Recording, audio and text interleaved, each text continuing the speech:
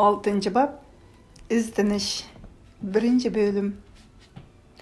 Sen töge meni to'liq qistab vermegin. Men Noyaga yetkilib kelishni xohlamayman. Nima?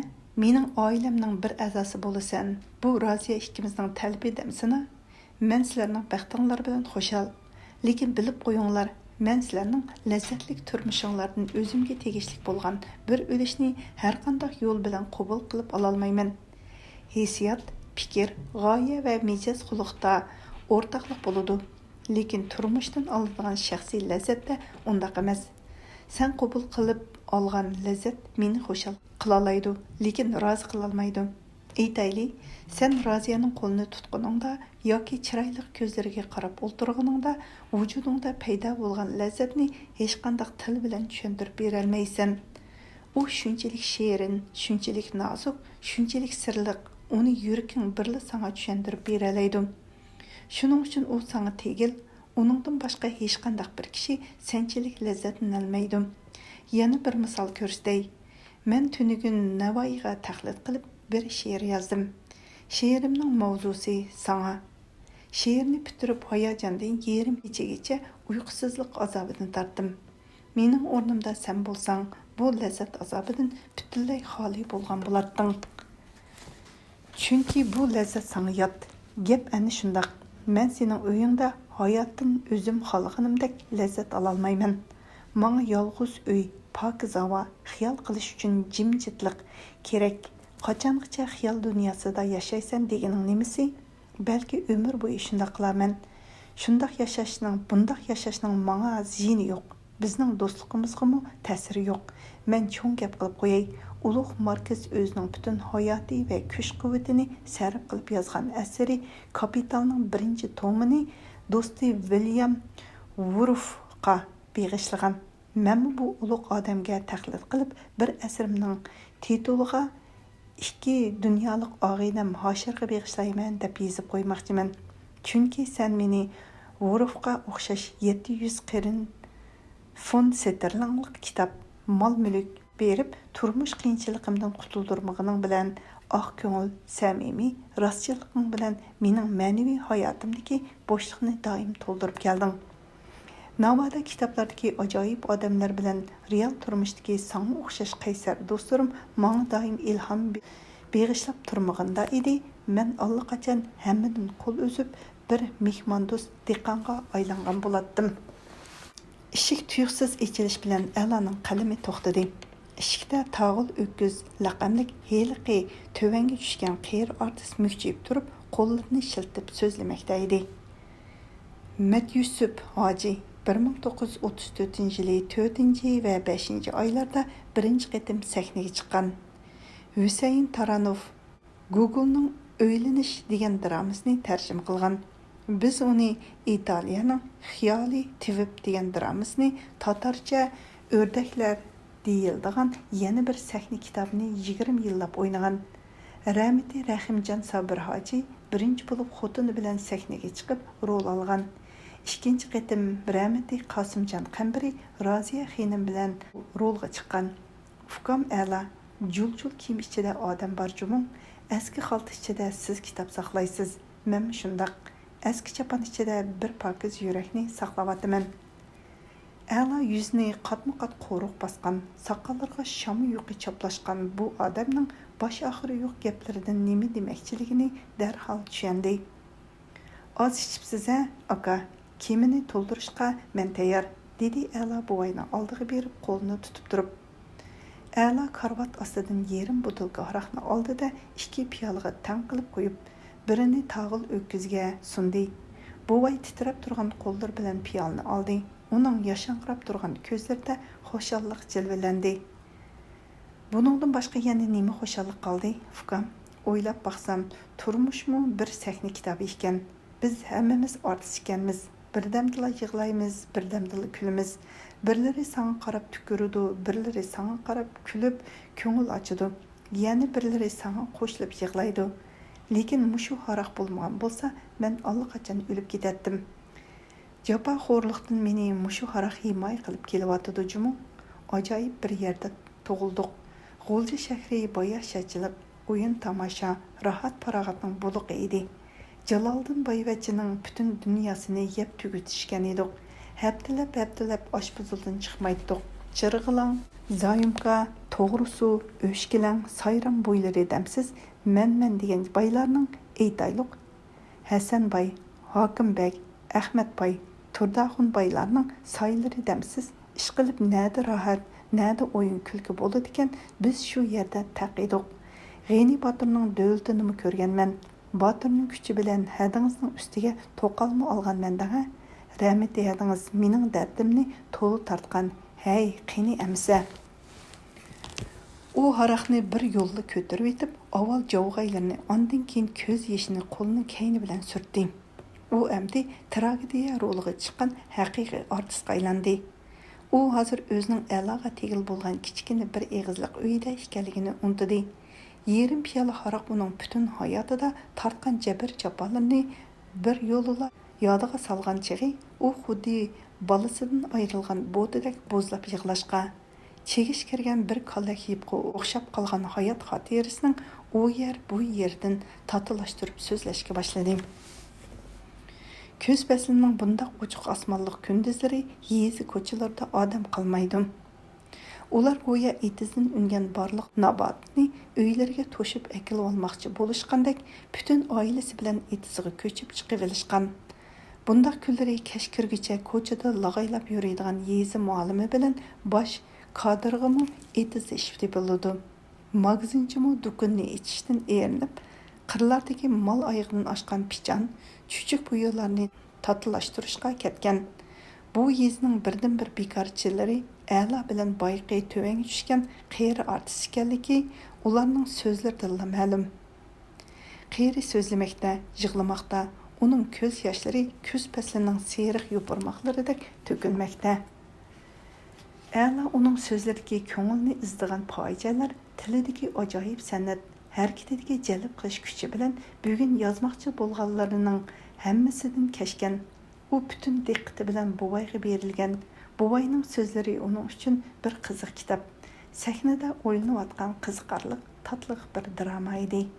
U ixtiyorsiz holda o'z piyolasini buvayga sundi va o'zi sirlanmagan ustilda mukchib o'tirib xotira yozishga boshladi. U mushu 1975-yilning 5-idan boshlab tinmay xotira yozdigan bo'lib oldi. Ba'zi kunlari mushundaq buvaylarni izlab topadi-da, ularni gapga selib qo'yib, G'ulja dehqonlarining o'tmishi, bu tuproqda o'tgan voqealar, ajoyib odamlar to'g'risida xotira yozadi. U o'zining bu xotirani nemishqa yozayotganligini aniq bilmaydi. Lekin u Lanjodan G'uljaga kelgandan beri 10 yillik hayoti jarayonida o'z xalqini cho'nqurroq bilishning to'liq zarur ekanligini his qildi. U o'zining mushu oddiy odamlarning biri ekanligiga naq bu yil ishondi. Uning bu odamlardan faqat birli farqi bor. Bu farq uning ko'p kitob o'qiganligida. U nurg'un davlatlarning tarixi, jug'rafiyasi, mashhur odamlar bilan kitob orqali tanishdi. U ruslar, fransuzlar, nemislar va Amerika, Angliya, Arabiston, Hindiston odamlari to'g'risida boshqalarni ishontiradigan so'zlayalaydi. Lekin atrofidagi o'z odamlari to'g'risida so'z bo'lganda hech kim uning og'ziga qaramaydi. Bu mozorlar, mahallar qandoq paydo bo'lgan? 83 yuzi qaysi yezlarni ko'rsatadi? Ili daryosi bo'yidagi bu dehqonlar qachondan beri bu yerda yashayotdi? Bu yerning yurt ismlari, daryo, tog' o'rmonlarining nomlari qandoq paydo bo'lgan? Yana odamlardan Gulamxon, Moyimxon, Nozugum, Sadir Palvon, Alaxon, Nodar Gangung, G'eni Botirlar to'g'risida shoirlardan Molla Bilal, Seyid Muhammad, Heyit Muhammad, Nasuha Damulla va har yurtning naqshi qo'shoqchilari to'g'risida hech nima bilmaydi. Kitoblarda mayli qaysi tilda bo'lmasin, bu haqda ma'lumot kam edi. Uning bu narsalarni bilishga qiziqishi tarixiy temada asar yozishning tayyorligimi? Buni u o'zimi bilmaydi. U hozirgacha 70 necha parcha ilmiy maqola yozdi. Yozganlarning ko'pinchisi adabiy asarlar va adiblar to'g'risidagi tahlil, tahrizlar bilan tanishtirishlar. U bu əsərləri bilan xoşal, lekin u yana nimanidir qilolmayotgandek, nimanidir qisnayotgandek doim hasrat bilan kun o'tkazmoqda. U yozganlarini pat-patla o'qib chiqatdi, birlarini tuzlatdi, lekin texicha uning qo'lyozmalarini o'zidan boshqa hech kim ko'rmadi. Qo'lyozmalarini biror gazet jurnalga avatishga texicha imkoniyat yo'q. Ulardan biror parchasi eg'izdan eg'izga ko'sila, uningga olib qaraydiganlarning tayyor ekanligi shubhasiz. 38 yoshgacha bir parcha asarni matbaada yuzida ko'rmaganligi uchunmikin yoki yanama cho'ng armonlari bormikin, ish qilib u doim xafa, dardlik yuratdi. U faqat bugungidek mushunda odamlar bilan bil bo'lgandala kulatdi, hayajonlanatdi. Muni oldida daldangshib yurib so'zlayotgan odam shunga uning uchun bir kitob. Bu kitobda a'lo texi o'qib baxman nurg'un yangiliklar bor. Nurg'un g'arb va sharq olimlari, yozuvchilarining kitoblarini o'qib, hayotining yarmidan to'lisini tugatib bo'lgan bu odam shu topda oldidagi buvayning hayot kitobini anglab etib, o'zining bilishga tegishli bo'lgan nurg'un narsalarni texi bilolmaganligini his qilmoqda. Bir odam butun hayotida o'rganish, yodlash, o'ylash, selishtirish bilan bo'lgan taqdirdami, u hayot bilimini bilib bo'lolmaydi-da. Hayotdagi eng oddiy, boshqalar tushunib, his qilib bo'lgan qonuniyatni bir mashhur shaxs bilolmasligi mumkin. Lekin o'zini beqib cho'ng qilgan xalq uchun zarur bo'lgan narsalarni bilmaslik bir vijdon egasi uchun to'liq azobli bir ish ekan. A'la buvayning so'zlarini anglab etib, yuqorqilarni o'yladi-da, o'zicha qizirib ulug' kichikdandi. Biz piyanchuk, ho'raqkesh bo'lmay, nima bo'lsak bo'ladi demasa, men boyliq, mansab talashqinim yo'q. Bir obdan dramada bosh rolga chiqib olsam, o'zimning rol elishda alohida talantli ekanligimni bir ko'rsatib olsam deb 40 yildek tirishdim. Hech bo'lmasa yezi sahnasida bo'lsa-mu bir rolga chiqib olsam degan armonim bor edi. Shuningga erisha olmadim. Ukam, men ishmay kim ichidi? Butulkada bir yutdimmi qolmadimi? Ispirt yo'qmi? Qarabli tursangu, hech bo'lmasa attir odikalon bo'lsinmi adikalgina yana bir yutum ichib olgan bo'lsam, sana yana yerim kun so'zlab beratdim. Meni adabiyot, she'r deganni zodli bilmaydi demagin, bilaman ukam. Ömer Hayyamning, Hüveydaning, Qo'lxo'ja Ahmadning, Navoiy, Nozimlarning she'rlarini xeyli bilaman. Ukam, Farhod she'rin operasida Behramning rolini qandoq olganman demamsan, sahnaga shundoq chiqib edim. Taladan biri qaqaqlab kulgan peti kirib keldi-da, buvayning roli buzilib qoldi. A'la ukam, dedi nimagadir xo'shal bo'lgan Zulya beshini gildanglatib kulib, "Mavu gazetni o'qing, ajoyib qiziq gap yozilibdi." Zulyani ko'rib A'la o'rnidan turdi. U 1973-yili qishdan tortib yana Zulyanikiga ko'chib kelgandan beri Zulya uning kitob o'qib, asar yozish uchun texnik yaxshi sharoit yaratib bermoqda edi. U A'laning qo'lyozmalarini har qanday qiyin qistoqlar ostidami topshirmagan. Uning uyini necha qitim milmonlar oqtirgan bo'lsa-mu, A'laning bir varaq qog'ozni qo'lga tushira olmagan. U turmadan chiqqandan keyin A'la bilan tunji qitim ko'rishganda A'laning kitob va qo'lyozmalari bo'libmi Savutov A'laga sovg'a qilgan qimmatli tarixiy qo'lyozmalar bilan chet ellarning adabiyot, tarix, til, arxeologiya, ilmiga doir muhim kitoblarning sog'-salomat saqlanganligini aytganda, A'la uning qo'llarini cheksiz hurmat va muhabbat bilan siqqan edi. Shundan keyin u turdi qasqir ovozni ming taslikda qoyil qilib Zulyanikiga ko'chib kelib olgan. U bu yerga ko'chib kelgandan keyin oshpala onasining ko'ksiga chaplashgandek kitoblarga chaplashdi. U ustal ustida mukchib o'ltirib olib, 2 yilning qandoq o'tib ketganini, sirda nimalar bo'layotganligini bilmay qoldi. U tadqiq qilish, yezishga shunchalik berilib ketdiki, kichik opasi og'rib qilib doktorxonada yotsimi, yo'qlab berishni esdan chiqarib qo'ydi. Uning butun ishi topshirma va maslahatsizlar Zulya bilan bitib keldi. U o'zining kiyim-kechak yuvish, kichik opasining holidan xabar olishdak oila ishlarini Zulya orqali bitirdi. Vaqtning o'tishi bilan u xuddi Zulya oilasining xo'jayindek, ba'zi ishlari ko'ngildagidek bo'lmay qolsa, xafa bo'lib vaqirabmi qo'yatdi. Lekin bunday chaqlarda u yana darhol xato qilganligini sezadi-da, Zulyadan afv so'raydi. Zulya kulib turib, "Hojat yo'q apandi, hojat yo'q. Bu ishlarmi kelgusi avlodlar uchun sizning xususiy ishingiz emas-ku. Siz kechgacha mükchiyib o'tirganingiz bilan bir tiyin topolmaysiz. Siz bekorga ishlaysiz. Biz siz uchun ishlasak, bu so'raysiz. Bu ishingiz bo'lmadi deydi. Qandaq gap yezilibdi? Zulya aka a'la o'rnidan turib, Zulyaning oldiga bordi. Qani o'tiring. Mana munu xabarni o'qing. Gazetga yer sharidan boshqa bir planda odam bor bo'lishi mumkin degan faraz yozilgan edi. Rasmida hukam ala dedi Zulya qiziqib, ham men gazetdan gumonlanmayman, lekin ma'u mumkin degani g'alatiroq turadi-da. Navoda yulduzlarning birida odam bor bo'lgan bo'lsa, u yerning dehqonlarga aytib qo'yish kerak. Dajaycha etizga to'li kuchib ketmasimi bo'lg'idak. Nemishqa deganda tosh to'li ketadigan, tosh deganmi boyliq-ku, ha? Ular qaqaqlashib kulishdi. Qiyir artist qoshlarini o'ynatib turib gap qistirdi. Fukamala, yulduzdagilarga xat yozib qolsangiz, so'rab baqsangiz, drama artist lozim ekan. Men shu yerga berib rolga chiqmasam, menga bu yerda Jusanning rolimi tegmidi. Ormonda ketadigan o'xshayman. Ular yana rohatlanib kulishdi.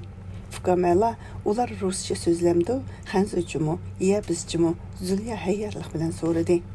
Ala qaqaqlab kulib, ularning tilini bilish uchun Sulaymon payg'ambarni tirildirish kerak bo'ladi-da, ular odamzod bo'lsa-ku, biz yashayotgan yer sharidan biror tarjimon chiqib qolar, ammo ular texi odamga o'zgarmagan bo'lsa-chu dedi. Shundoq bo'lsa, dedi artist Alaning so'zini bo'lib, ular dramaga qaltis qiziqadi. Men ularga rejissyorlikqa yarayman. Ular yana ko'ngilli kulishdi. Fukam Ala, dunyodagi hamma odam bir xil tilda so'zlashsa bo'lmasmidi, ha? deb so'radi artist. U chaqda Uyg'ur tili jazman dunyo tili bo'la oladi-da, nemishqa deganda bizning tilimiz sahnaga to'liq yarashadi. Dunyo tili debmi til bo'lamdi? Hoy, tog'li o'kkiz, bilmaydigan gaping yo'q. Etiz ishlashdan boshqa hammani bilsan-da. Shuning uchun kunda mehmon bo'lib yurayman. Shuji, texi dunyo tili debmi til bo'lamdi deb so'raysana, mening cho'ng kuyug'limning inisi biladigan, yeziqi ruschaga o'xshabroq ketadigan ingliz tilimi desam, u harimi oralla beshini langishdi. Shundaqmi? Ala fukam dunyo tili degan til bormi? Dunyo xaritasi, dunyo vaziyati deganni anglagan, ammo lekin dunyo tili bor, dedi Ala kulib qo'yib. Bu tilni Polshalik til olimi doktor Zaminxov 1887-yili o'tirib qo'ygan. Bu til dunyo tili deb e'tirof qilindi, lekin texi dunyoda keng qo'llanilmadi. Ingliz tilimi deb so'radi qiyri artist darhalla. Yo'q, dedi Ala kulib. Inglizning bo'lmasa, Marksning tilimi ya, dedi Zulya hayyorlik bilan. Mana nadonlik, mana bir yezi shujisining saviyasi. Qiyri artist qaqaqlab kuldi. Bir millat bilan bir odamning, ha rostla, bir dohining farqini bilmaysan, qandoqmi partiya a'zolarini tarbiyalaysan? Fukam Zulya, ha? Ularga dunyo tili, drama deganlaringni so'zlamagandikin, ularning ichidagi mo'lisi yana men degina. Ala beshini langishdi, u xiyolchanlik bilan. Shundaq biz to'limi orqada, davlatimizda yana teg'i 300 necha million savodsiz xalq bor. Dünyada savadsızlarning soni eng ko'p davlat bizning davlatimiz. Lekin biz fan madaniyat ishlarini tashlab qo'yib, hadab inqilob qilyapmiz. Ba'zi davlatlarda tozliq ishchilari, dehqonlarni to'liq o'ttirni bitirgan. Lekin bizda butun bir noiyaga rahbarlik qildiganlarning ichida ismini oralla yoza oladiganlar xeyli ko'p. Ular jimib qilishdi. Zulya xeyli jimliqdan keyin menimi to'li ichim pushidi. Gazetdimi, majlisdimi, radiodami bir xil gap. Quruq gapdan zag'ridan to'ygandek to'ydim-da, dedi u tartib. Harqing bormi Zulya, dedi qiyr artist oralla beshini ko'tarib. Ishkizgina bir yutum issamli bo'ladi. Osmonga chiqib arishni yerga tushib kashni ko'ratdim degina. To'g'ri aytsan, Zulya, dunyoning qiziqi shuningda. Ular boqqa chiqib sarma olma deyidiki, chimmanlikka silingan kigiz ustida yon boshlab yetib, olmadan rumka yasab, olmani zakuska qilib aroq ichishdi. Qiyr artist birinchi rumkini ichdi-da, tarini turib rumkini yevatdi. Shuning bilan kimnidir og'zini buzib tiladi-da, uyquga ketdi. Bir tal duglak olib ko'langa uning qo'ruq bosgan yuzida g'ilildab turadi. Ala uni sinchilab qaradi va qo'lidagi olmadan yasalgan rumkasini aylantirib turib, ko'rdingizmi, uning uxlashimi bir san'at. Rafaeldek bir ulug' rassom bo'lsa-da, uning buni qo'ruq bosgan yuzidagi armon havas belgilarini aynan sızgan bo'ladi. Bu odamning jismi o'lgan, lekin orzu havaslari ko'klamoqda. Uning qadrini bilmaydiganlar uning jismini ko'rib yerginidi. Lekin hayotga muhabbat ko'zi bilan qaraydiganlar-chu, undaqlar bu xil odamlarning ko'z yeshidagi orzu, havas, ushqunlarni ko'ralaydi. Kim bildi, menmi xuddi mushu bo'vaydek umr bo'yi armon havas bilan o'tib ketamdimanmi? Bundaqlar ozmu, Savtib, Nadirov, Ömer Efendi, yana men bilmaydigan nurg'ulg'an odamlar ulug' ishlarni orzu qildi, lekin orzu beg'ida bir tal giyohning unganini ko'rolmay dunyodan o'tdi. Ular qizg'in suhbat bilan ichishayotganda sirtdan mashina signali anglandi. "Hoshir", dedi Ala xushal bo'lib, "Endi ichishadigan bo'ldik."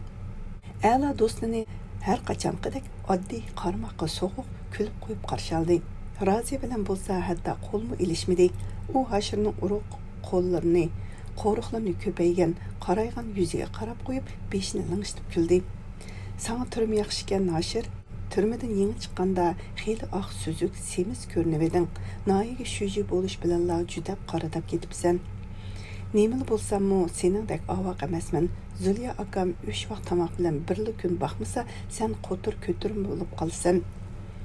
Ko'rishmayla tillashqili turg'uninglar nimasi?" dedi Raziya chaqchaq qilib. "Aman esenlik so'rashibroq tillasanglarmi ulguradinglar?" Sahra yosini shundaq, "Ukam Raziyam, bizning ko'ngillar og'ilari bilan birdan urushib, tilishib etib, texi güpür qilishib, chilishib etib, ondan tinchlikni so'rashadigan. Bular texi nurg'un sipoy ekan. Qini, uyga saroyg'ila, hay apsi, bu yoqqa chiq. Qarg'ina sarayinga bir jup qarlig'ash keldi. Ha ha ha." Ular kulki chaqchaq bilan peshavonga chiqqanda Zulyaning ayoli bilan Alaning kichik apsi ularning oldiga chiqdi. Chochlari o'xshashla qarg'in, lekin bir-biridan 10 necha yoshdan farq qilishadigan 3 ayol qo'llarini qovushtirib, sal egilib turishib, uzoq va qizg'inlik bilan tinchlik so'rashdi. Ala ularga chaqchaq qildi. "Sizlar so'rashmagan bog'ning sho'risi bilan saman ko'shiga qoldi-ku." Ondan u kichik apsiga burilib, "Pah, kichik apa, Raziyaning dadasini-ku men deb bergan, bularning ikki o'g'lining ismlarini nelardan bilib olgansan?" dedi. "Voy balam, kecha kunduz xiyolim sizlarda tursa, bilib olmaysa, Dilara oqshom tushimga kirib qapti. Ilijanni tushimni ko'ribdiman. Suratiga ketma-ket o'xshaydi ekan. Voy bechora bolalarim, nelarda yurdigandi?" Mo'may beshidagi sinkiga silingan dagi yog'liqining uchi bilan ko'z yoshini surtdi va Raziyaning qo'lini tutdi. "Nodirjon cho'ng bo'lib qolgandi?" deb qayta so'radi. Nodir Raziyaning 1973-yili yozda tuqqan o'g'li. U hozir shaharda Ömer Efendining yeyinida akasi bilan birga biqilmoqda. Raziya kichik o'g'lining ismini anglab darhol chiroyini o'zgartdi. Chunki Hoshir Raziyani ballardan ayirib, kayniga selib, Noyining bulun pushqoqlarini ko'rsatib yurgili bugun 20 kundan oshdi. Yosh ona o'g'illarini 1 minutmi o'ylamay turolmaydi-da. Nodir 2 yoshdan oshdi. Bizning Dilaramo bu yil 8-sinfga chiqqan o'xshaydi. Alijanchu, Ala bola qanchinchiga ko'chdi? 9-ga, dedi Ala ko'ngilsizla. Qolgan gapni uyda qilayli. Zulya g'olichini kerib, mehmonxonaga uyning qizil tovar pardalik eshigini ko'rsatib, mehmonlarni uyga taklif qildi. Ular uyga kirib duo qilishgandan keyin o'rnidan turib olib, qaytadan tinchlik amonlik so'rashdi. Zulya paygohda yuginib o'tirib, Hoshir bilan Raziyaga sinchilab qaradi. Zulya Raziya to'g'risidagi hamma hikoyalarni anglagan, lekin Raziyani bugun ko'rib turibdi. Yo'g'on qor ko'zlari o'ynab turadigan, kulganda unchalik tishlari yaltiraydigan, 30 necha yoshga kirgan, ig'ir ko'ngil og'riqi, turma azobi tortib, chochlari oqirib ketgan bo'lsa-mu, xushxo'y chiroydan yoshlik go'zalligi texi yo'qolmagan yosh ayol. Zulyaning ko'nglida birinchi qitimda hurmat va qiziqish tuyg'usini qo'zg'adi. U tunji qitim kino ko'rgan sodda deqqandek Raziyaning har bir so'zi, har bir harakatiga hayronlik va zavqlanish bilan zan qo'ymoqda edi. U ko'nglida o'zi yaxshi ko'rgan Shuji Hoshirning baxtidan rozi bo'ldi. Bundaq ayolni uylanmasdan bir umr kutsanmi arziydi deb o'yladi u muhurga xaltasini yechib etib. U Hoshirga qarab kuldi. "Ammo lekin Hoshir ukam", dedi u Raziyani ko'z bilan sharat qilib, "Singlimizning xotandan ta'zim qilib kelguchiligi bor ekan. Omad peshoningiz ukam. Endi bizning Ala apandi gulini guliga keltirib olsalar bo'ladi-ku, hey." Güzel ayning to'li kutib, Hali qalmadı, dedi Raziya Əlaga qarab qoyub. Nimancha gedenkeşlik qilasiz? Əli bilan Diloraning xatlarimi sizga ta'sir qilmabdi-da? Ajab tosh yurakkansiz jumung Əla. Ras aytisiz, qizim. Bu balamning bo'yni qattiq. Balalarning yuz xotirasi uchun bo'lsa-mu, kelinga egil. Qarag'ana, Hoshir balam bir chiroyli kelin akapdi. Menmi kelinimning qo'ldan bir chini g'izo yesam deb armon qilaman. Ya menimi o'ylab qo'ymading balam? Mo'mayning yana ko'ngli buzildi. Ala kichik opsiga qarab so'q kuldi-da, chaqchaq qildi. Senimi Dilora bilan Alining yeniga akirib qo'yaymi ya? Çaydan keyin Zulya mal so'yg'ili, mo'maylar qozon beshidan xabar olg'ili chiqib ketdi. Jimjitlik ichida bir-biri bilan yo'shirin munozir bilan elib borgan do'stlar shu chaqlab bir-biriga bosh ko'tarib qarashdi. Mo'mayga bekordan-bekor qo'pollik qildingiz, Ala, dedi Raziya birinchi bo'lib. Munozirni oshkorlab, Mo'may odamni tanglikda qo'ydi-da. Sening baxtsizliging bizdek baxtliklarni ko'rgandan keyin texmi oshkorlandi. Sen chidigan bilan bu alamga Mo'may chidamaydi-da. Hoshir Alaga kulimsirab qarab qo'ydi. Sen g'olib, har nima deyishga haqliq, lekin men g'olib chaqlarimda sening baxtsizliging ustidan kulmagan. Ala so'q kulib og'inisiga, ondan keyin Raziyaga qarab qo'ydi. Xatolashding adash, dedi Hoshir kulib turib. Biz u chaqlarda baxt uchun kurash qilyotdik. Sana o'xshash umidsiz emasdik. Mening baxtsiz chaqlarim bo'lgan emas. Bu sening akiyu ruhi bilan yashaganliging. Sen turmada yotgandimi, naq o'lim jazosiga hukm qilingandimi, o'zingni baxtli his qilgan-ku deyman. Ala Hoshirning ko'ziga qaradi. Hoshir Alaning ta'nisini anglab o'ngdi, to'mirdek qaraydi. To'kpangni to'limi minnatga qilding-a? Avaq, sen qutquzmagan bo'lsang, men o'lib ketatdim. Sendan to'limi minnatdarman. Lekin chaqinliqingdan qanaygacha to'ydim. Gapning mavzusini nega buravatsan? Burug'unim yo'q, mavzu yanada bir. Men oila, muhabbat to'g'risida so'zlayotman-ku. O'xshash, hammasi kishilik turmush. Turma hayot mamat bilan oila muhabbatning o'rtasida o'rtoqlik yo'qmikan? Bizni xarob qilgan, o'limga kelgan shu oila muhabbat bo'lmay nemikan? Men o'z vaqtida go'zalligiga bo'lgan muomalada hissiyatni emas, meni boshqaruvchi tashqi kuchlarni asos qilgan bo'lsam, balkim hayotimda sanga o'xshash baxtsizlik ko'rmagan bo'lardim. Siz go'zalligiga bo'lgan hissiyatingizni yo'shirib qola oladingizmi? Yo'q, meningcha siz undaq qila olmaydingiz. Siz Hoshirni hammaga o'lcham qilmang. Raziya Hoshir rostla yo'shirib qolmadi. Sizmi yo'shira olmadingiz? Siz yo'ldishingiz bor chog'dimi hissiyatingizni yo'shirmadingiz. Hoshir hatto boshqa birisining ayolini mening deyildi. Lekin jamiyat safla sizlarga o'xshashlardan tuzilgan emas. Shundaq odamlar bor. Ular hammaga ijtimoiy qo'llovchilarning o'ziga bo'lgan pozitsiyasini o'lcham qiladi. Ular uchun muhabbatmi, hissiyatmi pulga o'xshash bir narsa. Xolisi xajlaydi, xolisi aldab, o'g'irlab olalaydi. Öz aramı uchun ko'ngli tortmagan biri bilan bir umr bir yostiqda yotalaydi. Öz foydasi uchun chin ko'nglidan yaxshi ko'radigan sevgini o'z dushmaniga taqdim qilaveradi. Yodinglarda bor bo'lsa kerak, raqib menga bir chaqda singlisini tanishtirmoqchi bo'lgan. Shu chaqda u meni to'lim yomon ko'ratdi. Ular yana jimib qilishdi. Bir hazadan keyin Alla ulug' kichiktanda yolg'iz yerda non qilgandek o'zichila qo'tildi. Nemishqa meni yolg'iz yashag'ili qo'ymaydigansizlar? O'zinglarning oila baxtini ko'z-ko'zan qilmoqchimi? Bu to'limi chakinlik. Men sizlarga uningsizmi qoyil, zo'qim keladi. Hasadxo'rlikmi qilaman, lekin nima bo'lsin, sizlar mening ustimdan kulmasliginglar kerak edi. Balzak masxara kulga eng rahimsiz zarba deb bekor aytmagan. Bechora yozuvchi o'zi yaxshi ko'radigan Polsha baronessining muhabbatsizlar bir qiyri kenizakka ayol bo'lib ketganini o'z ko'zi bilan ko'rgan. Polsha baronessining muhabbatsizlar bir qiyri kenazga ayol bo'lib ketganini o'z ko'zi bilan ko'rgan. Uni oqso'ngaklar qanchalik masxara qilgan-a? Bayron bilan Pushkinmi o'z ayollari uchun qattiq masxara qilingan. Bayron vatanidan chiqib ketishga, Pushkin o'lib ketishga majbur bo'lgan. Mana bular masxaraning kuchi. Sizlar bugun balki meni xushal qilg'ili kelgansizlar, lekin mening kichik opamga o'xshash fikr qilganinglar meni masxara qilganinglar emasmi? Men go'zallikni qarlashga haqli emasman. Lekin uning men bilan yarashmoqchi bo'lganligi tashqi kuchning, do'stlar, bolalar va ish pushqining turtkisidan bo'lgan. U hargizmi muhabbatning majburlash emas. Yalğan, dedi Raziya taqasızlanıp. Bu sizning uni tushunmaganligingizdan bo'lgan gap. İnsonga yuqori talab qo'yish tamoman to'g'ri, lekin gumonxo'rlikmi ziyonliq. Siz gumonlaringizni haqiqat deb turib oldigansiz. Güzellay sizning o'lim xabaringizni anglab qanchalik azoblandi bilamsiz? Ota-onasi uningga bir kishilik chet el pasporti qoldirgan. U tamoman ota-onasining yeniga ketalaydi. Nimishqa uzil kesil ketmaydigan bo'lib qoldi? Uning sababini bilamsiz? Siz ayollarni bilmaysiz. Bilsingizmi, kitoblardagi ayollarni bilasiz. Mao ili vodisida cho'ng bo'lgan oq ko'ngil pokiz ayollarni texi tushunmaysiz. Deganlarimiz to'g'ri bo'lishi mumkin, lekin men hamma narsa to'g'risida mustaqil xulosa chiqarishga odatlanib qolibman. Bu kasalning dardini bir umr totadigan o'xshayman. Har qanday birisining gapini darhol shundoq deb tasdiqlay olmayman. Uning degani mening fikrimning ayni o'zi bo'lib qolsa, yana zerikman.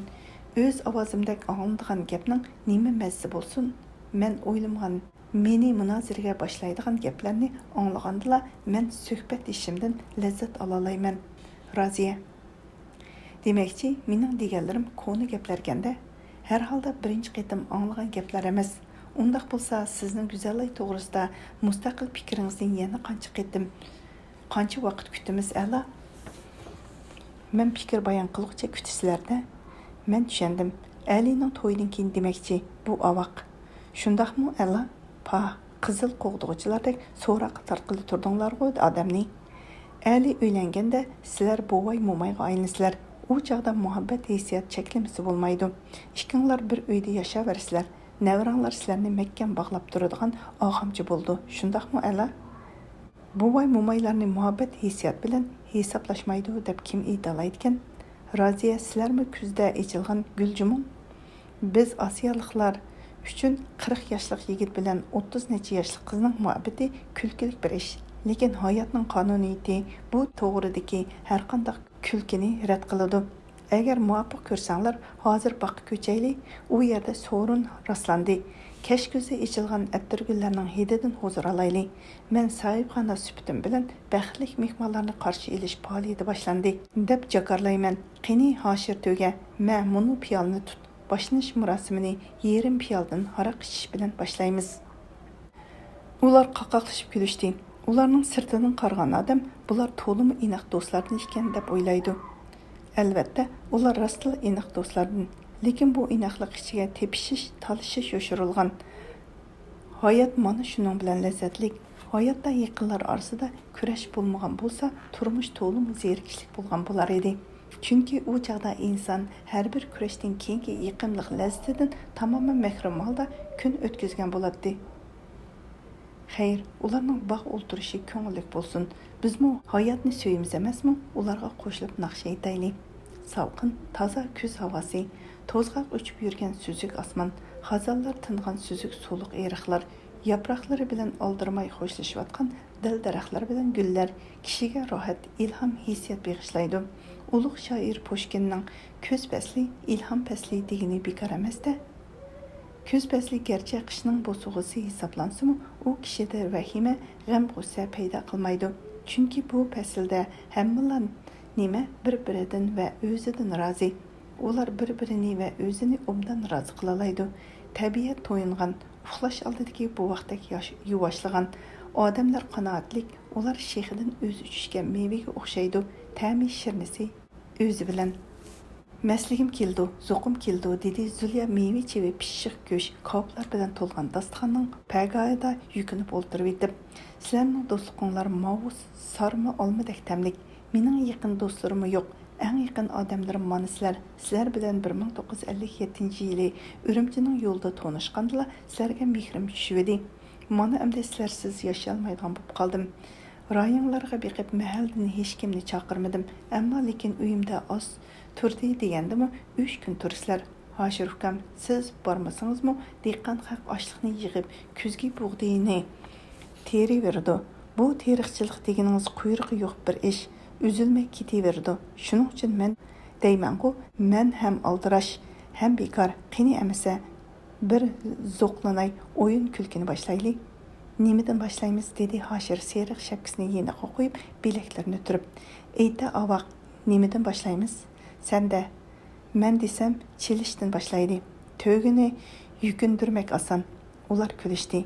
Bodulkadan da dedi uykudan yeni uygangan tağıl öküz dəldaşıp durup. Oyunun aksi şu. Onundan başlasak ahırlaştırgan bularımız mekin. Aka dedi Zülya onun yerim yumak gözlerini şərat kılıp. Sana bu bodulka degen uyku doğrusuken. Sanıcı Zülya, sana nemi doğrusu emse, köңlünge kelsim devrey, bu bodulka sana akıl doğrusuken. İşken siri merdanlaşıp, bütün dağdıyının baylıqını bizdek yalan töşlerge bölüp berip etkensen. Ular külki çaqçaq bilen içişini başladı. Haraq ularının arasındaki sün'i hürmet, yalğan iltifatlarını birdemdila tügetti de, ular bir-birini senleşip, ağzını buzup, tıllaşqılı turdu. Razi ayallarının arasında bolğaşqa, bu yezida tuğulup, putalmağan qar yağışdek erkin ösüşken adamlar perdişep, heyiqişlerini tezli unutup, köңül içiş üçün zörür bolğan vasıta er-ayal otursidagi işlardan bolışıqça çaqçaq qilishqa başladı. Yezi adeti şundaq, hech kim birleriga bağaq yoki xabar tarqatmaydi. Ko'chadagi bağlaqliq at yoki mashina o'zi bağaq. Bütün mahalla birdamla kimning uyiga mehmon kelganligini bilib bo'ldi da, shu uyga o'ynag'ili taklifsizlar kelaverdi. Zulyaning uyi qorong'u tushmay turibla salom berguvchilar bilan to'ldi. Tambir bilan dudlarmi paydo bo'ldi. Boqqa panallar yiqildi, yana mol so'yildi. İçimlik yashiki bilan keltirildi. Zulyaning rostila mardligi tutdi. U bütün tapgan tökünini yegizib tügüt etishning rohitini ko'rmoqchi bo'lgandek, uningga buningga ish buyurib, ko'tirib, chang chiqirib, ammo lekin degan so'zni takrorlab oldirab yurmoqda edi. Hoshir bilan Allah hammani unutgan. Dudlar bilan tambirning mo'ng'iga berilib, marg'ul tingshash, yuqori ovozli g'ulchi naqshlarga bor ovoz bilan vaqirash ularni cheksiz xushal qilgan edi. Bog'dagi naqshasoz usul kulga toki tong otqicha davom qildi. Tag'il o'kiz necha qitim uxlab, necha qitim sagib bo'ldi. Mana u kash ko'zning sovuqida dugdarab titrab, bog'dagi kigiz ustida o'ltirib olib, ko'zdan yosh chiqishcha yetaldi. Onun yeniga Zulya issiq chaya keldi.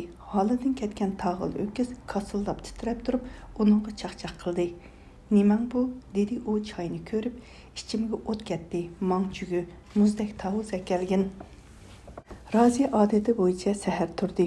U tushida ko'rgan ikki o'g'lining xumarni besish uchun Hoshir bilan aytishmoqchi bo'lib, erlar uxlayotgan mehmonxonaning eshigini qiya ochdi. Hoshir muhurkisini ochiq-ochiq tortib, mamoqni qo'ltiqiga qistirib, sunayilib yotadi. Ala uningga nimanidir qizg'in so'zlamoqda edi. Demak, ular mu kechicha uxlamay, ishkiniga qaramay, kundan burun turishgan ekan. Raziya uyga beshini tiqib, "G'arqmas yotamdikin desam, saqkansizlar-ku, qani u kechicha ishkan haraqlanglar", dedi kulib. "Ishkan haraqimiz naqshi bilan tugdi. Texi bilmaysiz, sazanda shuning uchun mas bo'lmaydi", dedi Hoshirmi kulib. "Sizmi sazanda bo'lg'oldingizmi texi o'zingizcha? Ala bilan birga bo'lsam, ham sazanda, ham shoir, ham falsafachi bo'lib qolaman", dedi Hoshir ayoliga Alani ko'zi bilan ishorat qilib. "Shuning uchun men doim deyman-ku, partkumda bir oy uxlamay ishlab, Ala bilan bir kun birga bo'lsamla, butun hardiqim chiqib bo'ladi." Raziya oppoq tishlarini yaltirtib, baxtdan xumarlashgan ko'zlar bilan Hoshirga nazlanib, "Undaq odam nemishqa Alani noyaga yo'tkab aketmaysiz? Tova, shuncha bilimlik bir ziyoli texchi Gongshi o'tir maktabining o'qituvchisi bo'lib yuribsa, siz noyilik partkomning madaniyat ma'rifiga mas'ul shuji turib, xijil bo'lmamsiz", dedi. "Buyruq, yolvorishlarim qarg'a kelmadi", dedi Hoshir. Noyilik ma'rif idorasining mas'uli bo'lgan Qurmashmu necha qitim o'zi kelib xizmat ishladi. Noyining madaniyat sariga mas'ul qolayli yoki kitobxonaga mas'ul bo'l, noming shu bo'lsin. O'zing xalqingni qil dedik. Qajli qilib unimsa qanday qilamiz? Endi minbinglarni ishqa selib, bog'lab olsak bo'lamdikin ya. Nimish qunmaysiz? Ala, biz bilan birga o'ssak yaxshi emasmi? Uy o'choqliq bo'lguncha biz bilan birga turing. Birga turishni qanchalik armon qilishdik? Endi murodimiz hosil bo'lganda nimishqa yaltayib oldingiz? Men sizdan rostilla xafajumu? Ala. Ala qizargan ko'zlarini o'g'lab qo'yib, asnatida qisqa qilib, "Meni Zulyanikiga turg'ilib qo'ysanglar, dedi. Bizning sharoitimiz nacharmikan, dedi Raziya xafa bo'lib.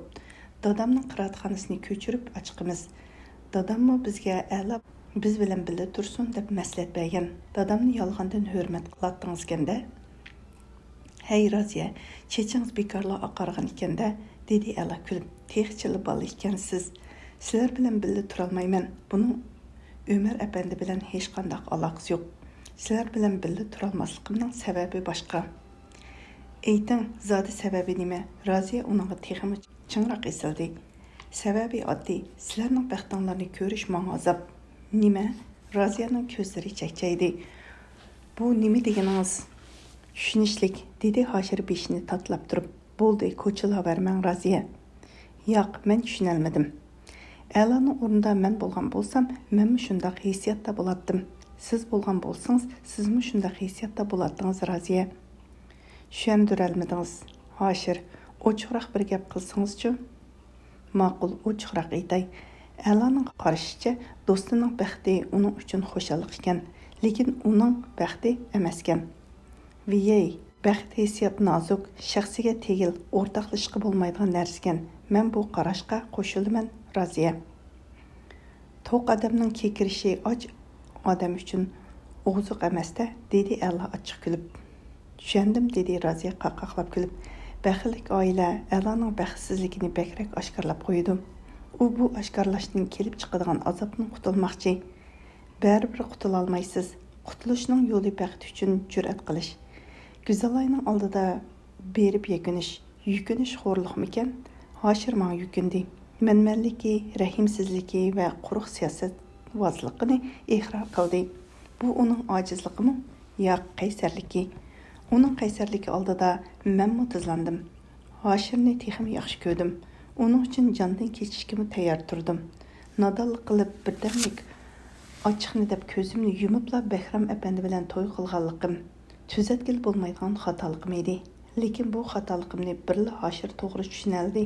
Meni ishkillanmasdan burunqidek yaxshi ko'rdi. Men qilinlashib nemishqa bu xususiy ishlarimizni so'zlab o'ltirman, sizga yordam bo'lsin deyman. Güzelay bilan yarışib qilishingizda bir to'g'riroq yo'l tanlab oling demoqchiman. Bilamsiz, Hoshir ikkimizning boshqa g'imi yo'q. O'ltirsak, qopsaq, sizlarning g'iminglarni yeymiz. Siz bilmaysiz, Hoshir ikkimiz har shanba kuni Güzelni, bolalarni yo'qlab turyapmiz. Güzelni Noillik madaniyat idorasiga xizmatga ilishga harakat qilyapmiz texi. A'la tamdek tatirib Hoshirga olib qaradi. Rost, Raziyaning deganlari hammasi rost. Arif, Toshpo'lat qurmashlarimi jim turg'ini yo'q. Biz sening ishing to'g'risida nurg'un qitim bosh qotirdik. Nemishqa meni tinish yashig'ili qo'ymaysizlar, zodi? Biz hayotla bo'ldikamiz, sana tinishlik yo'q. Men hammanglardan kechiman. Sizlar menga to'sqinlik qilyapsizlar. A'la rostilla ochiqlandi. Shu chaqda eshik ochilib, avval to'r yog'liq ayolning beshi, ondan keyin tonish ovozi kirib keldi. "Assalom, Oshuji" degan bilan ketib qolmabla.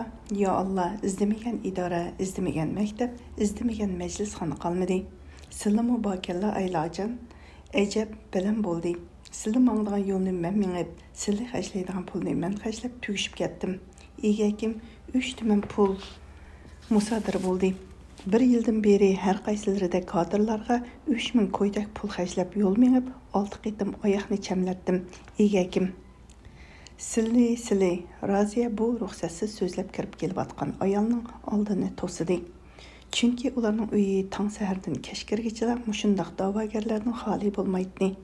Hoshirning ko'p vaqtini ashular egilib ketib, uning nurg'un ishlari chalqalatdi. Shuning uchun Raziya uyida mehmon qabul qilishdimi, bir tartib o'rnatgan. Buni notunish ayolni shu tartib bo'yicha boshqarmoqchi bo'lib oldini to'sgan edi. Ayol Raziyaga qo'pollik qildi. Sili devermesdan o'tib tursila, xinim, ashujiga deydigan gap bor. Xotanda bu kishini ashujang deydik. Mana endi ashuji deydigan bo'lib qoldik. Nima desak deyli, egakim bu kishi Namitakning og'inasi, Ali Jammu og'inasi. Qaysi Namitak? Heliqi To'kmatxur Namatma? To'kmatxur bo'lsa-mu, mushulining og'inasi, billa o'qigan do'sti. Xinim, siz chiqib tursizlar deyman. Qonidak chaplashmay odamga. Nәге chiqatdim, viyey. Bu kishi mening ayolim Raziya. Shundaqmi ashuji, to'la yaxshi. Tejliq maxinim, hajab bilan pokiz yumshoq cho'kankanlar, Xudoyim umrlarini bersin. Әмсә, намытәкнең гипini qilli, аңсам уны атамыш. Сілі арғы кірсілері atmaymış. Өзі ғу әскі оғыры. Meni tashlab dağda qo'yib, g'uljig'i chiqib o'yinib olgan emasma. Qilganlarini o'ylasam, askarning qo'lidan miltiqni tortib olib, o'zimla atay deyman. Egakim, lekinsa ashu sab oldamchi o'g'riga ko'nglim tushib qoptikan, nomusni qayirib qo'yib, kaynidan paytimdek so'rilib yuribdiman. Jumusila, egakim pul po'chak deydikanmiz, pulni deb haqni aldaydikanmiz, lekinsa ko'ngilni aldiqli bo'lmaydi ekan emasma. Sizlarga namatni otqudek deb kim aytdi? Kim bo'ladi? Oblastdagi raqib Bojang. Sizlar uning yeniga nimaga kirgan? Burun namat bilan yaqin edi, qutqizib qolarmikin deb kelgan. Biz namatni qutqizish uchun harakat qilyapmiz.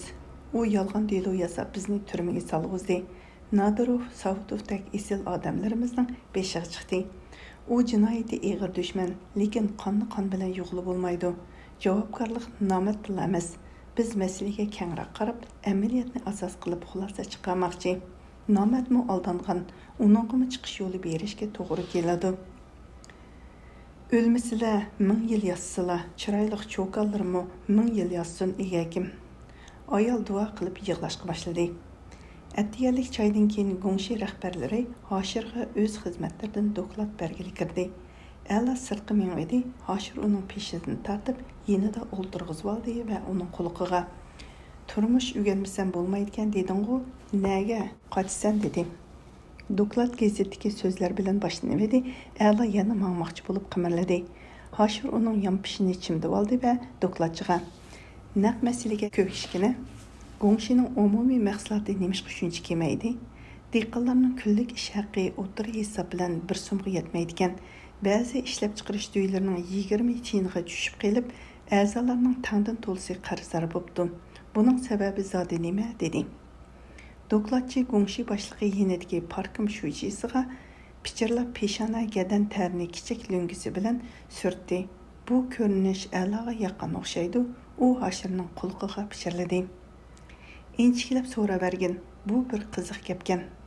Hoshir Gongshining egilik mahsuloti, taqsimot, suv ishlari, chorvachilik qatorliq muhim ishlarni inchiklab birma-bir so'radi va inqilobdan burunqisi bilan selishtirib ko'rib, umumiylik chekinish paydo bo'layotganini aniq bildi. Lekin Gongshi parkim shujisi yanla ikki so'zning birida vaziyat cho'ng yaxshi degan so'zni takrorlaydi. Hoshirning turibla qo'shimisi turilsa, turibla ovozi qo'pol chiqatdi. U qo'l ostidagi odamlarning yolg'on so'zlari bilan azoblanadi, nomusdan qiziratdi. Bu ishlarning hammasida o'zi asosiy javobgar bo'lib qolgandek, yildan yilga alamdan chiqqan peshona tarlarini surtatdi. Qanday qilmoqchi? Dedi Hoshir Gongshi boshlig'iga g'azab bilan olib. Aytqana, qarzdorlar yildan yilga ko'payotdi. Zodi qanday qilmoqchi bo'lyapsizlar? Bu yil qanday qilib bo'lsa-mu, qarzni to'liq yig'ib olamiz. Gongshi boshlig'i shujisining roziligiga erishmoqchi bo'lib, kulimsirab Hoshirga qaradi. Nima uchun? Hoshir darhol so'radi. Qarzni yig'masak, ishlab chiqarish joylarining kassalarida bir tiyin yo'q. Berguvchiligi yo'qlardan-chu, uylarni baholab o'tkazib olamiz. Jonliq mol, kigiz-kechak, bedi cho'p, daraxt, o'rmon ish qilib, pulga yaraydiganlar nimasi bo'lsa olamiz. Qozon qumush chin qachilarmi pulga yaraydi, dedi Hoshir g'azab bilan yosh Gongshi boshlig'iga qarab. Gongshi boshlig'i nohinlik parkim shujisini xush qilman deb aksicha xafa qilib qo'yganini tushundida, yenidagi Gongshi parkim shujisidan yordam tilagandek o'ngib tortirib uning quliqiga pichirladi. Dehqonni posti so'yilgan piyozdek yalang'ishlab uydan qo'g'lab chiqarmoqchi. Biz mushunda qilamiz deb kommunistik partiyaga a'zo bo'lganmi? Uy ichi jimjit, hammaning ko'zi Hoshirda. Hoshirning g'azabdan lablari ko'kargan, ko'zlari namlashgan. Burun to'shiki bir kerilib, bir yepilib, yuragida bir g'azab o'ti portlab chiqishdan derak berib turadi. U Zulyaga qaradi. Zulyaka, gap qil. Sening dadingda bu yil dehqonning kirimi qanday bo'ladi? Zulya Hoshirning nima uchun o'z ismini mushundaq paytda tilga olganligini darhol tushundi. U Zulyadan yaxshi xabar anglab, o'ziga tasalli, a'lo roziyalarga umid ishini paydo qilmoqchi. U Zulyaning daduyla nahiya bo'yicha yaxshi ekanligini biladi. Shuningdek, Zulyaning yolg'on gap qilmaydiganligini biladi. Ruxsatmikin dedi Zulya seriq burnini silab qo'yib. Xiyolchanlik bilan hozirgi farazda taqsimotimiz 2 so'm 10 tiyin. Ammo lekin qarzdorlar bu yil butun daduy bo'yicha yana 70-80 tutunga boradi. 3dan biri qarzdor bo'ldi degani shundaq. A'zolarning normasicha yuqorisining 550, tövənlərinin 400 jing, 85% un, oq, 5% qo'noq, yog' bulturqidek. Necha duyning oshliqi 3 qoldirishga yetmaydi. Bir duyning yetmaydi, qolgan 7 duyning yetidi. Senmi qarz yig'amsan? Qo'y 3 tuyoqdan kala bir seyirdan ko'p bo'lsa, ortiq menni davlat bazasiga qarzga hisoblab duyga olamiz. Öy bisat bağvaran kiyim-kechaklarni qarzga hisoblab olmaymiz. Qiyinchiligi og'ir oilalarni daduy chorvasi va daduyning boshqa kirimlaridan kirgan kirim hisobiga oz to'lidan qutqizamiz. Ammo lekin daduy mu kambag'al. Yaxshi, Zulya aka. Bu yil 1-oktyabrdan burun 18 ming mo yerga ko'zga terib vazifani o'rindab bo'psan. Aytqana mahsulotni oshirish, kirimni ko'paytirish uchun nimalarni qilmoqchisan? Zulya nimalarni qilmoqchi ekanligini bir necha ig'iz so'z bilan bayon qildi. Uning qilmoqchi bo'lganlari oddiy ishlar. Tüymen, may zavodi, süt parashugi zavodi, bir mo yerga 10 ming jingdan o'g'it to'plash, eriq o'stan qurilishi. Hoshirmi uning deganlariga xushal bo'ldi. U dokladchilar ketgandan keyin derazaga tayinib xiyol bilan o'ltirgan a'loga qarab, qandaq kambag'alchilik vaqtli qiyinchilik desam, unumaysan. Zulya akam qilganday boshqa daduylarmi qila oladi. Mushunda qilib yana 2-3 yilda dehqonlar qarzdan qutulib turmushni yaxshilab olaydi. Buningga ishonarsan, dedi. 3 yildan keyin qarzdan qutuladi deb xushal bo'layotamsan, sana ichim og'riyotidi. Hoshir, bir nahiya shujasi dehqonlarning qarzdan qutulishini shunchalik cho'ng xushallik bilsa, uning ustiga ozod bo'lib 25-26 yil bo'lganda bu gapni desa, odamning to'limi ruhi tushidi ekan, adash. Hoshirning g'ujida ochiq keldi. U a'lo bilan munozirlashmoqchi edi, lekin turma va u yerdagi tajribali cho'nglarning so'zlari Hoshirga ta'sir qilgan. U ig'ir besiqlik va amaliy so'z qilishga xeyli odatlangan edi. Tushundim adash, nima demoqchi bo'lganligingni tushundim. Bizning nurg'un ishlarimiz texi ham, biz tajribasiz.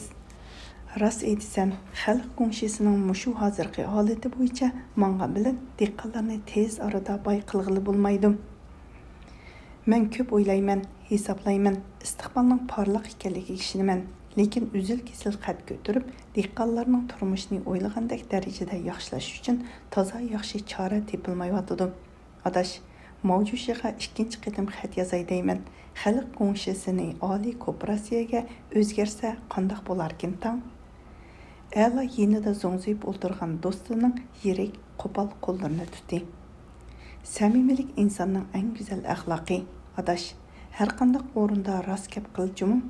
Men sana yozuvchilarning hayoti to'g'risida hikoya so'zlab beray. Nemishqa yozuvchilar olimlar to'g'risida so'zlaysan deb qilishing mumkin. Sababi ularning mutlaq ko'pchiligi rostchil, samimiy bo'ladi. Buningdan 70-80 yil burun Fransiyada bir ish sodir bo'lgan. A'lo xuddi kichik bolaga cho'chak aytgandek hikoyasini boshladi. Hoshir kigiz ustida sunaynlab yotdi-da, A'loga butun diqqati bilan qaradi. So'zla avoq, qani, sening sesiq ziyonlaringning samimiyligi qanchalikki anglab boqay, dedi u kulib qo'yib. Dilfus ismli bir Yahudi ofitser nemislarga harbiy maxfiyatlikni sotdi degan nom bilan ayblanib sotlanibdi. Bu naq hukm xalqni g'azablantiribdi. Dangliq yozuvchi Zola shu chaqda, ya'ni 1897 yili Cumhuriyet Zongdong'iga xat yozibdi. Xatining mavzusi arz. Xat oshkora e'lon qiling'achqa nihoyatda cho'ng ta'sir qo'zg'abdi. Yozuvchi bu xati uchun o'z yurtidan Londonga surgun qilinibdi. Lekin u surgunda turibmi kurash qilibdi. 1906-yili, ya'ni 9 yildan keyin bu kurash g'alaba qilib Delfos aqlanibdi. Anlag'ansan, bir yozuvchi bir oddiy ofitserni aqlash uchun o'z hayoti bilan hisoblashmaydi. Sen bir nahiyaning partiya komitetining shujisi, necha minglagan dehqonlarning turmushi ustida bosh qotiryapsan. Yuqori xat yozib rost gapni ayt. Xalq ko'ngshisi dehqonlarni xushal qilolmadi. Dehqonlar masalasini qaytadan o'ylashmasak bo'lmadi. 1,5 milliard mu terilg'u yer butun Jungo xalqining qo'rsiqini to'ydira oladigan bo'lishi kerak. Dehqonlar qarz, zag'ra, eg'ir jismoniy emgakdan bezor bo'ldi deb yoz. Xatingga mana menmi qo'l qo'yaman. Pingduqaydek jazolansak-chu, mayli adash. Bo'ldi, bu gapni qo'y. Zola deganing qaltis yozg'uchi ekan, ha? Keyin xalq uni beshida ko'targandi, ha? Nadikini u g'alabini ko'rolmay 1902-yili vafot bo'ldi. Hey esday, qaltis yozg'uchi ekan to'xta. O'z ishiga sodiq yozg'uchi edi. Men butun kuchim bilan kasbimni qo'g'dayman. Men ushqandek yugurayman, lekin kasbim mendimi tez deb yozgan u. Bu tarbi sana o'xshaydigan, lekin sen kasbga yetishib olding. Sening kasbingni biz sana qocholmas qilib bog'lab berdik. Hey esday, seni kasbni qo'g'laydigan qilish kerak edi. Kasbingni bog'liqdan bo'shtib, qocholaydigan qilishning amali bormikin? Mahalla xalqi hoshirlarni u kunmi qo'yib bermadi. Ular uchun uy-uyda qo'ylar so'yildi. Ziyofat dasturxonlari rastlandi. Hoshir bu ishlarga xafa bo'lib, Zulyaga vaqirdi. Sen boshlab bermagan bo'lsang, xalq bunda qiladimi? Dedi u dodining o'rmonliq beg'da tayyorlangan hashamatlik so'rini ko'rib. Nurg'un a'zolar zag'rig'i muzar. Sen bilan biz partiyaning rahbari kadri turib, xalqning osh to'q qilishi bilan hisoblashmay, o'zimizni bundaq bo'g'disa qandoq bo'ladi? Bu bir ko'ngil ish emas, nihoyatda cho'ng azob. Xalqning sizga bo'lgan hurmati, Hoshir ukam, dedi Zulya yerga qarab. 3-duy manga maslahatmi solmay bu joyni tayyorlab qo'yibdi. Maqsadi bilaman, maqsadi manga yaxshi ko'rinib, dojaycha duy bo'lib olish. Maqsadi assa, kirimi ko'paysa hisob emas, hammada boshqalarga ulgu bo'lish kerak. Ayt, qo'ylari so'yilmagan bo'lsa, darhol buni o'yinni yig'sin. Lekin 2 dash qozonda go'sht qaynayotidi, dedi a'lo kulib qo'yib. 3-duy nahiya bo'yicha boyduy. Sana o'z boyligini, buni olmaliq beg'ini ko'rsatib, maqtanib olmoqchi. Buning nima qarg'ishligini qilatding? Undaq bo'lsa, Zulyaka, sen daduyning buxgalterini tap. Nima qilamiz, Hoshir ukam? 10 minut ichida mushu ziyofatga ketgan umumiy chiqimni hisoblab menga kelsin. Bu. Nima bu? Qilsan, mangchugu, chapsan o'rinda. Rost bo'lsin, ha? Hoshir Zulyaga buyruq berib bo'lib, gap tugidi deganda qilib, bog' eriqlarini atlab, bog'ni ko'rish uchun yurib ketdi. Yarim soatdan keyin u 10 parcha tekimat selingan, dasturxonlari mevichi va non to'qash, tatliq turim bilan to'lgan so'rinda paydo bo'ldi. Bu yerga go'ngshi, dodiy va ishlab chiqarish uyining butun kadrlari bilan yurtning ko'zga ko'ringan odamlari to'plangan. Hammaning chiroyida ansizchilik vahimi chiqib turadi.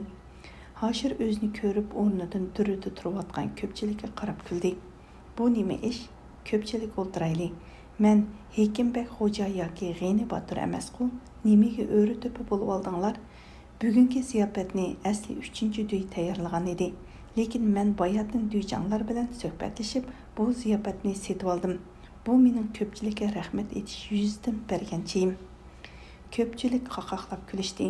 Bu so'ringa atay taklif qilingan Umar Tambur bu yil qo'yib olgan kak saqilni siypab qo'yib, "Rost sotdingmi, hey Jorub?" deb so'radi. Kang qasqalliq shilaba kiyib olgan duyjan yo'g'on og'zini bo'lishiga ichib hejaydi. "Sotdiq aka." "Qanchaga?" "Bahosiga yetdi-ku", dedi duyjan. 25 so'mlik qo'ylarni 40 so'mdan hisobladi. Tutruq o'tullarni hisobladi. "Aytavur, biz bug'doylarimizni bunchalik pul qilolmagan, lekin bo'ldi Jorubka", dedi Hoshir qo'li bilan dasturxonni ko'rsatib ko'pchilikka qarab, "O'ltirayli. Men sahibxona, menga tayyorlangan to'rning kallasi bugun Umar kamning." Ko'pchilik chaqchaq kulki bilan o'ltirishdi. Umar Tambur: "Hoshir ukam, toza tushunolmadim. Rahmat etish yuzidan deganing nimasi? Nimaga rahmat aytsan zoti?"